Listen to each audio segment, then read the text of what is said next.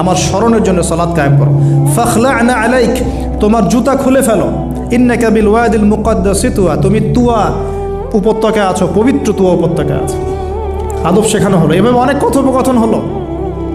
নবী মুসা আলাইহিস সালাম ভয় পেয়ে গেলেন এবং আল্লাহ পাক আরও কথা বললেন, ওয়ামা তিলকা বিয়ামিনিকা ইয়া মুসা, তোমার ডান হাতে এটা কি?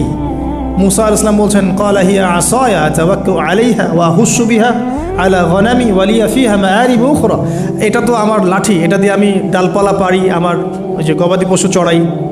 আল্লাহ পাক বলছেন যে এটা ছুঁড়ে মারো, আলকিহা ইয়া মুসা, এটা ছুঁড়ে মারো।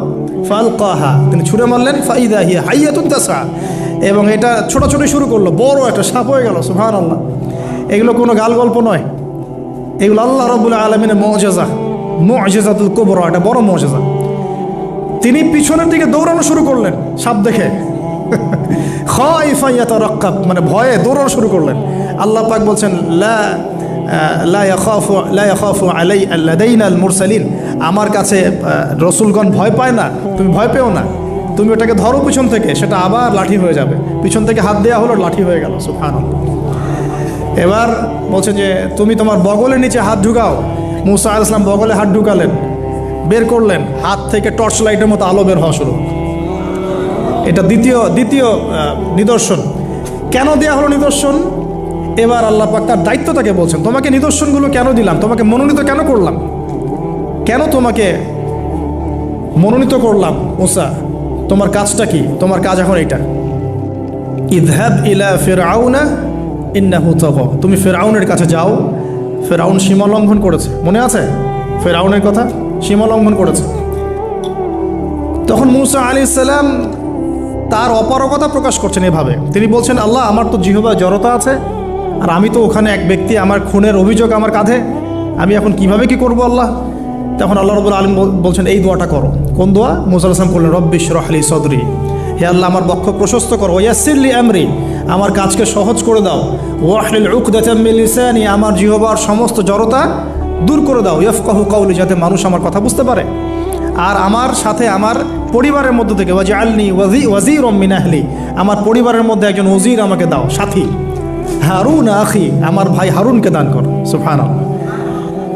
হারুন আলাইহিস সালামকে নবুয়ত দেওয়া হলো, দুজনকে আল্লাহ পাক এখন বলছেন, ইযহাবা ইলা ফিরআউন, তোমরা দুজন এখন ফিরআউনের কাছে যাও। ফাইন্নাহু তাগা ফাকুলা লাহু কাওলান লাইয়িনা, তবে তাকে গিয়ে কর্কশ ভাষায় কথা বলবে না, নরম স্বরে কথা বলবে। দায়ীদের এখানে সুন্নাহ, দায়ীদের জন্য শিক্ষা আছে, দায়ী আলেম যারা মুবাল্লিগ তাদের শিক্ষা আছে। ফিরআউনের সামনে গিয়ে দাওয়াত দিলেও কীভাবে দিতে হবে? ফাকুলা লাহু কাওলান লাইয়িনা, নম্রভাবে কথা বলো। লাআল্লাহু, কেন নম্রতার সাথে? লাআল্লাহু ইয়াতাযাক্কারু আও ইয়াখশা, হয়তোবা নম্রতা প্রদর্শন করলে সে উপদেশ গ্রহণ করতে পারে, অথবা সে আল্লাহকে ভয় করতেও পারে। আল্লাহ পাক তো আগে থেকে জানেন সে ঈমান আনবে না, তারপরেও আমাদের আদব শিখাচ্ছেন আল্লাহ পাক এখানে। তারা দুজন চলে গেলেন, দাওয়াত দিলেন। ফিরআউন মশকরা করছে, ওয়ামা রব্বুকুম ইয়া মুসা, তোমাদের দুজনের রব আবার কে? হ্যাঁ, মুসা আলাইহিস সালাম বুঝাচ্ছেন, রব্বি আল্লাযী, আমার রব সেই রব যিনি জীবিতকে মৃত করেন, মৃতকে জীবিত করেন, ইত্যাদি। মানে যার হুকুম ছাড়া একটা গাছের পাতাও নড়ে না, যিনি মাটি থেকে সব উৎপন্ন করেন, বৃষ্টি বর্ষণ করেন, সব বুঝালেন। ফিরআউনের বক্তব্য তখন এটাই ছিল, তোমাদের কাছে কি কোনো নিদর্শন আছে, কোনো আয়াত নিদর্শন আছে? হ্যাঁ, নিদর্শন আছে। কি? লাঠি ছুঁড়ে মারলেন, সাপ হয়ে গেল। এখন ফিরআউন বলছে, এটা তো জাদু, এটা কি? আমার জাদুকররাও এটা পারে, জাদুকরটাকে ডেকে না হলো, জাদুকররাও লাঠি ছুঁড়ে মারলো, সাপ হয়ে যাচ্ছে। কিন্তু এই বড় সাপ ওদের সব সাপকে খেয়ে ফেললো। তখন ফিরআউন কিন্তু ভয় পেয়ে গিয়েছিল।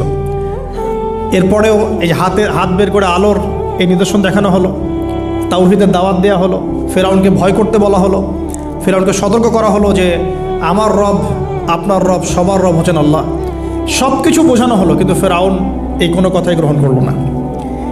এরপরে সে বনু ইসরাঈলকে ডিভাইড অ্যান্ড রুল করলো। ডিভাইড অ্যান্ড রুল মানে ওদেরকে ভাগ করতো এবং রুল করতো, ঠিক যেটা এখনকার গ্লোবাল অ্যাফেয়ার্সে করা হচ্ছে। ডিভাইড অ্যান্ড রুল, আমাদেরকে তারা ভাগ করে দিয়েছে, আমাদের পুরো কমিউনিটি, গ্লোবাল মুসলিম কমিউনিটিকে তারা ভাগ করে দিয়েছে এবং রুল, শাসন করছে। এবং কারো গায়ে আঘাত লাগলে আরেকজন গিয়ে সেই ব্যথা নিরসন করতে চায় না, বরং অপেক্ষা করে, আমার গায়ে তো আর আসে নাই, তার গায়ে আসছে, ঠিক আছে, ব্যাপারটা এটা শুধু গ্লোবাল অ্যাফেয়ার্স না, এটা সবখানে, একটা রাষ্ট্রের ভিতরেও ঢুকে গেছে। ওই ভাইকে বলছে বলুক, আমাকে তো আর কিছু বলে নাই, ওকে গায়েব করে ফেলুক, আমাকে তো আর কিছু করে নাই, ও ভিতরে গেছে আমাকে তো কিছু বলে নাই। এই আচরণের কারণে আস্তে আস্তে আস্তে আস্তে মুসলিমদের শক্তি সব সংকুচিত হয়ে আসে। এটা নতুন কোনো বিষয় না, ফেরাউনের সুন্নত, এটা ডিভাইড অ্যান্ড রুল, যেটা ব্রিটিশরা করে গেছে সারা ওয়ার্ল্ডে। সুবহানাল্লাহ, দেখুন সব কিছু ওরা কোরআন থেকেই নিচ্ছে মনে হচ্ছে আমার কাছে। তো এখন একটা দুইটা না, নয়টা পরীক্ষা ফেরাউনকে করা হলো। মুসা আলাইহিস সালাম যখন বলেন দোয়া করেন, তখন গজব উঠে যায়। ফেরাউন তখন এসে বলে যে ঠিক আছে, তুমি দোয়া করো, তাহলে আমরা বনু ইসরাইলকে ছেড়ে দিব। যখনই মুসা আলাইহিস সালাম দোয়া করে, গজব উঠে যায়, সে আর বনু ইসরাইলকে ছাড়ে না। এখন এভাবে 9টার বর্ণনা আসছে। একবার আসছে পঙ্গপালের শাস্তি, একবার আসছে ব্যাঙের শাস্তি, একবার আসছে মহামারীর শাস্তি, একবার আসছে উকুনের শাস্তি, একবার রক্তের নদী। এরকম 9টা আযাব আল্লাহ পাক দিয়েছেন কাদেরকে? এই ফেরাউনের সম্প্রদায়। সর্বশেষ, আমি লম্বা করলাম না, সর্বশেষ যেটা হয়েছে, কারণ আমি কনক্লুশনে কিছু পয়েন্ট বলবো। সবশেষে যেটা হলো 20 বছর, কত বছর? প্রায় 20 বছর জুলুম করলো ফেরাউন দাওয়াত পাওয়ার পরে। প্রায় 20 বছর। দাওয়াত পাওয়ার আগের কথা তো বাদ, ইসলামের দাওয়াত পাওয়ার প্রায় 20টা বছর সে বনু ইসরায়েলকে এভাবেই টর্চার করতে থাকলো। 9টা নিদর্শন আসলো, কোনোটাই সে গ্রহণ করলো না। এবং সর্বশেষ তার কল ছিল যে আমি ছাড়া তোমাদের কোনো রব আছে এটা আমি জানি না, নাউজুবিল্লাহ। এবং সূরা নাবার মধ্যে আল্লাহ বলেছেন যে ফেরাউন বলেছিল আনা রব্বুকুমুল আ'লা, আমি তোমাদের মহান রব, নাউজুবিল্লাহ। এই ছিল ফেরাউনের শেষ স্টেটমেন্ট। এবার